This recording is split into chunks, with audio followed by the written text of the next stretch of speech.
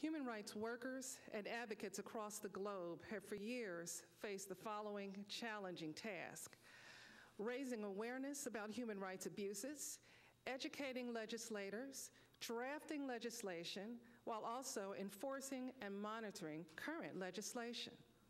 It is generally a politically unpopular and often thankless job. But today we pause for a moment to say thank you. And today we honor your work. Today it is my honor to introduce to you a man whose entire body of work reflects the passion of a gifted theologian, whose resolute convictions changed the face of human rights and equal opportunity. His work provided the foundation for many of the human rights organizations currently in Tennessee. We thank you today, Mr. Fred Cloud, for securing Tennessee's first fair housing law. We thank you for securing the first fair employment law and the first affirmative action plan. We thank you for being a global tracker for the cause of human rights to Switzerland, Fiji, Sarawak, and Singapore, teaching both the theology of human rights and the human rights in theology.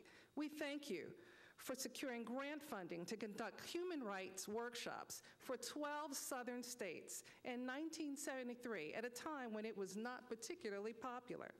And we thank you for taking 10 years post-retirement to serve as editor-in-chief of the Journal of Intergroup Relations. This reference guide is a platform for constructive dialogue even beyond our national borders.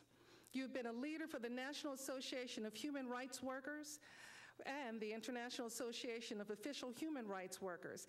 These organizations, too, thank you, Reverend Cloud, for your vision, strength, humility, and commitment. So then, how do we honor you? No mere award could do. We honor you with our commitment to the work of human rights and our commitment to train the youth going forward. We honor you with a promise to never relinquish this work. We honor you with a commitment to train our youth as the next generation of human rights advocates and workers. We honor you with our vision, built upon yours and going forward. And we honor you with our attention, because still you have much to say and we're listening. Ladies and gentlemen, I present to you a stalwart advocate of equal rights, a dedicated educator, a writer and editor, a poet, a husband, a father, a friend. And we present to him the 2009 Human Rights Advocate Award from all of us, Mr. Fred Cloud.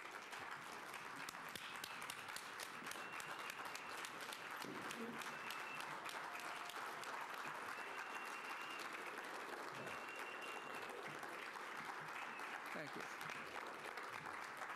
Oh my, look at that.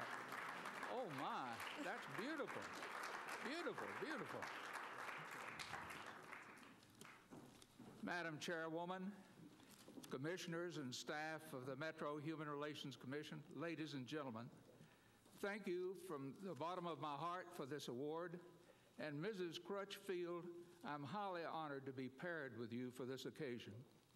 I'd like to name a few of the persons who have inspired me, taught me, supervised me, and worked with me to make some advances in human rights over the past 40 years. Pastors, Bill Barnes and Judy Hoffman. Journalists, Robert Churchwell and John Siegenthaler. Human rights teachers, James Lawson and Bernard Lafayette. Supervisors, Rabbi Randall Falk, Dr. Ed Mitchell, Kelly Metter Smith, Samela Jr. Spence, Nancy Howell, and Dorothy Webster. Fellow human rights workers, Warren N. Moore, Pat Pierce, Galen Martin, Leon Russell, Gloria Battle, Mary D. Sneed, Tracy McCartney, and Beverly Watts.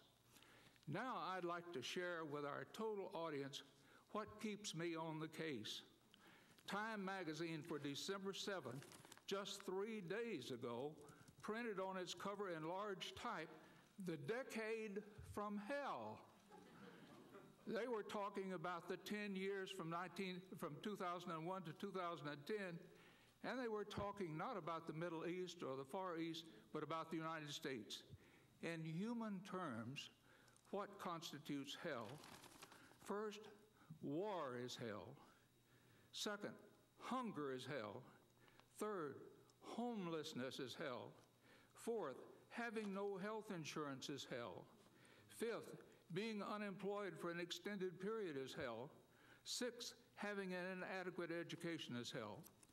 Persons suffering from several of these hellish conditions often slip into despair and clinical depression.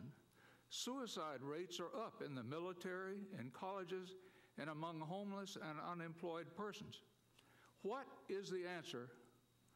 What can keep persons of goodwill on the case rather than slipping off into a private, hedonistic existence? There are millions of caring Americans addressing these 6 major problems, these 6 gateways to hell. They form support groups in order to make a major impact on these problems. Here is an important sample from Nashville and surrounding counties.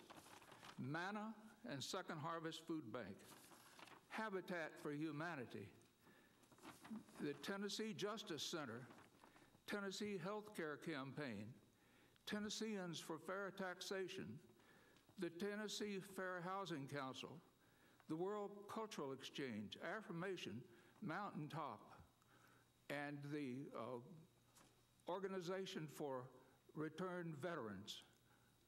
Second step down. And Roland Huddleston, a fellow church member and a brother of mine, is very active in that, and he brings those persons to church, showing that he respects them, and that's the way we ought to treat them all. The human rights agencies at both city and state levels diligently work year after year to eliminate discrimination and help build a just and equitable society. Both have highly skilled and committed leaders, Kelvin D. Jones at the Metro Human Relations Commission and Beverly Watts at the Tennessee Human Rights Commission. All of these programs and agencies build a network of caring and committed citizens who feel mutually supported and joyful at every breakthrough toward a healthier society. That, in brief, is what keeps me on the case. Thank you very much.